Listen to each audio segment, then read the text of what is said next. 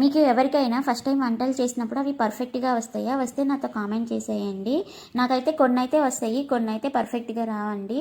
అయితే కొంచెం అలాంటిదే, నేను ఫస్ట్ టైం ట్రై చేస్తున్నాను. సో పర్ఫెక్ట్గా వచ్చింది అని చెప్పను, కానీ బాగానే ఉంది, తినగలిగాము. అదేంటో మీకే తెలుస్తుంది కదా. అదే అండి, శనగపిండితో బజ్జీలు చేస్తున్నాను, మిర్చి బజ్జీ. ఈవినింగ్ స్నాక్స్లోకి పర్ఫెక్ట్ ఐటమ్. మేమైతే బయట తెచ్చుకుంటాం ఎప్పుడు కూడా. సో ఒక్కసారి ఇంట్లో ట్రై చేద్దామని చెప్పేసి యూట్యూబ్ అంతా వెతికేసాను. మిర్చి బజ్జీ అని కొట్టగానే చాలా వచ్చేసాయండి. సో అందులోనైతే చూసేసాను. చూస్తే మనకు కడుపు నిండదు కదండి, చేసుకొని తినాలి, లేకపోతే బయటైనా కొనుక్కోవాలి. ఇకపోతే నేను చేసిన బజ్జీలో ఏంటంటే ఏం బాగాలేదంటే, నేను సాల్ట్ కొంచెం తక్కువ వేసాను. కొంచెం సాల్ట్ మాకు కరెక్ట్గా వేసింటే బాగుండేదేమో. ప్రాసెస్ అంతా సేమ్ చేశాను. పర్ఫెక్ట్ స్ట్రీట్ స్టైల్ అని చెప్పలేను, కానీ బాగానే వచ్చాయండి. ప్రాసెస్ ఎందుకు ఇంట్లో వేసానంటే, ఎప్పుడైనా నెలకొకసారి మా పిల్లలు మిర్చి బజ్జీ కానీ సమోసాలు కానీ బయట నుంచి తెచ్చుకుంటారండి.